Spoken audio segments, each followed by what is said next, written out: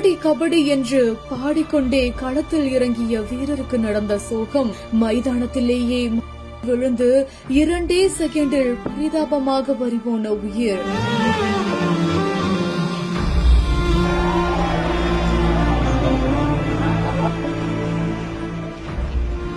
நண்பனை காண வண்டி வண்டியாக வந்த சக கபடி வீரர்கள் ஒட்டுமொத்த தமிழ்நாட்டையே சோகத்தில் மூழ்கடித்த நொறுங்க வைக்கும் சம்பவம்